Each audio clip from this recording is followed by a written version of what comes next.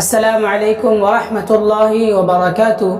دوستو، غیب کی باتوں پر ایمان رکھنا، ابھی اس پر تفسیر سے بات چل رہی ہے۔ چلیے، میں نے پچھلی ویڈیو میں آپ لوگوں کو کچھ آیتوں کا ترجمہ بتایا تھا، آج بھی میں قرآن شریف کا ہی ترجمہ بتاؤں گا، تو آپ لوگ غور سے سماعت فرمائیں۔ اللہ تعالیٰ کا ارشاد ہے، اچھا پھر یہ تو بتاؤ کہ زمین میں جو بیج تم ڈالتے ہو اس کو تم اگاتے ہو یا ہم اس کے اگانے والے ہیں۔ سورہ واقعہ کی آیت ہے۔ اللہ تعالیٰ کا ارشاد ہے، اچھا پھر یہ تو بتاؤ، اللہ تعالیٰ کا ارشاد ہے، اچھا پھر یہ تو بتاؤ کہ جو پانی تم پیتے ہو اس کو بادلوں سے تم نے برسایا ہے یا ہم اس کے برسانے والے ہیں۔ اگر ہم چاہیں تو اس پانی کو کڑوا کر دیں،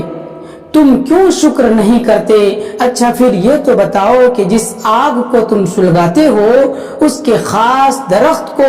اور اسی طرح جن ذرائع سے یہ آگ پیدا ہوتی ہے ان کو تم نے پیدا کیا ہے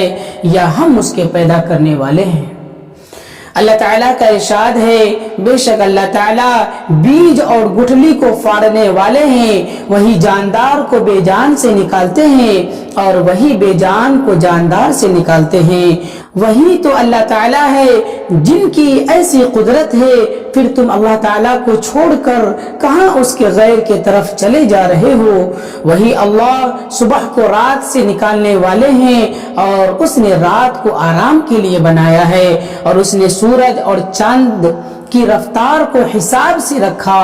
اور ان کی رفتار کا حساب ایسی ذات کی طرف سے مقرر ہے جو بڑی قدرت اور بڑے علم والے ہیں، اور اس نے تمہارے فائدے کے لیے ستارے بنائے ہیں تاکہ تم ان کے ذریعے سے رات کے اندھیروں میں خشکی اور دریا میں راستہ معلوم کر سکو، اور ہم نے یہ نشانیاں خوب کھول کھول کر بیان کر دی ان لوگوں کے لیے جو بھلے اور برے کی سمجھ رکھتے ہو۔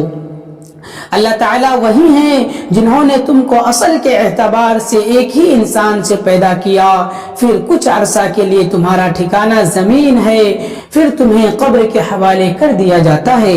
بے شک ہم نے یہ دلائل بھی کھول کر بیان کر دیے ان لوگوں کے لیے جو سمجھ بوجھ رکھتے ہوں۔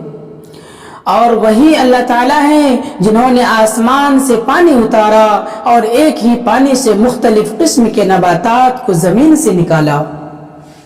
پھر ہم نے اس سے سبز کھیتی نکالی،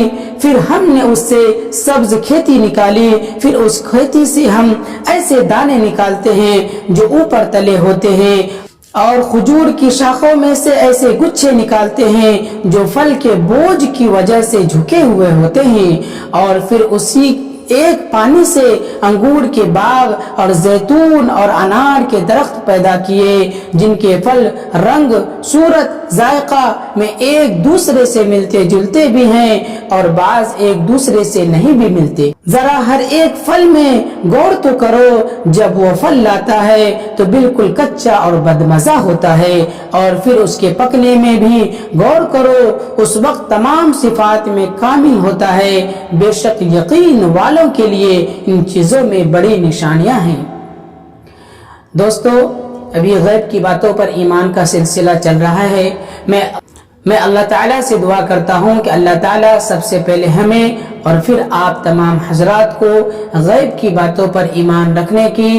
اور تا قیامت تک کے لیے ہمیں ایمان پر زندہ رہنے کی توفیق نصیب فرمائے، آمین۔ والسلام علیکم ورحمۃ اللہ وبرکاتہ۔